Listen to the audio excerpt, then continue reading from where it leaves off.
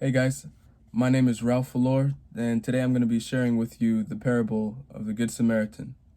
Now, before we jump into that, I just want to emphasize the importance of prayer. We need to cling close to God now more than ever, really.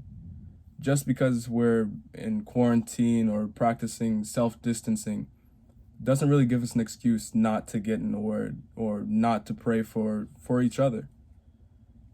So just wanted to say that, remind you to constantly be in your word, constantly pray for our country, pray for this world, pray for each other. So let's jump into it. We'll be reading from the book of Luke, starting in chapter 10, verse 25. I'll read that for you. And behold, a lawyer stood up and put him to the test, saying, "Teacher, what shall I do to inherit eternal life?" He said to him, "What is written in the law? How do you read it?" And he answered, "You shall love the Lord your God with all your heart and with all your soul, and with all your strength and all your mind, and your neighbor as yourself." He said to him, "You have answered correctly. Do this and you will live."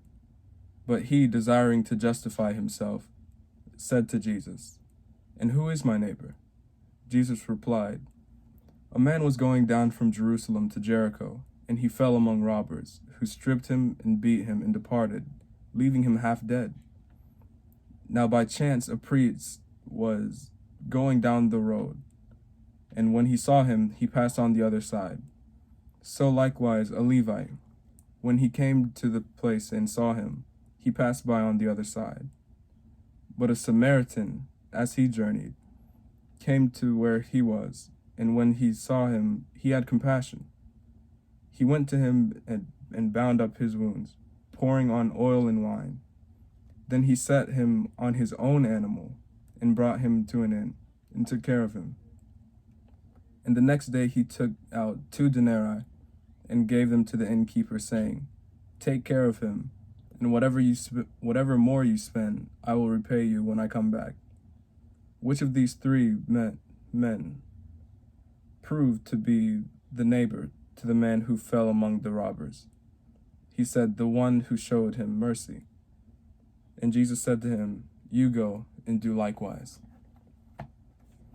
All right, so what we see here is a lawyer trying to test Jesus' knowledge by asking him, "How exactly do you inherit eternal life?" Jesus, knowing that it was a test, wisely answered with another question pertaining to the law. The lawyer answered correctly, saying that you should love the Lord your God and love your neighbor as yourself. Jesus simply said that you answered correctly. Go and do this and you'll live. But to the lawyer, that wasn't enough. He wanted more, so he pushed on to ask, "Who is my neighbor?" Jesus normally teaches in parables, and for those of you who don't know what a parable is an earthly story with a heavenly meaning. So after the lawyer asked, "Who's my neighbor?" He was asking this really to see if Jesus truly meant everyone, and like including the people who you're not in good terms with. So Jesus continued with this parable, and he purposely answered the lawyer like this in a way that seems to be indirect, but really, in a sense, by telling him this story is to get him to get a better understanding and just a better grip on it. The man in the parable that was robbed and beaten, he was in desperate need of help. And that was quite obvious. And the 2 people that you would think, especially a priest, you would think that would walk by someone who's beaten on the ground, you would think they would go and help. But both the priest and the Levite walked by. But the Samaritan is the one who stopped and helped. Now, the reason that this was such a big deal was because that the Jews and the Gentiles, they hated each other. They wouldn't even think about helping each other. So even though the Jews and Samaritans, they weren't really on good terms, didn't like each other, The Samaritan still stopped, saw that man who needed help, and tended to his wounds. He helped the victim. He saw straight past his race, saw straight past where he grew up, who he was, to help the man in need.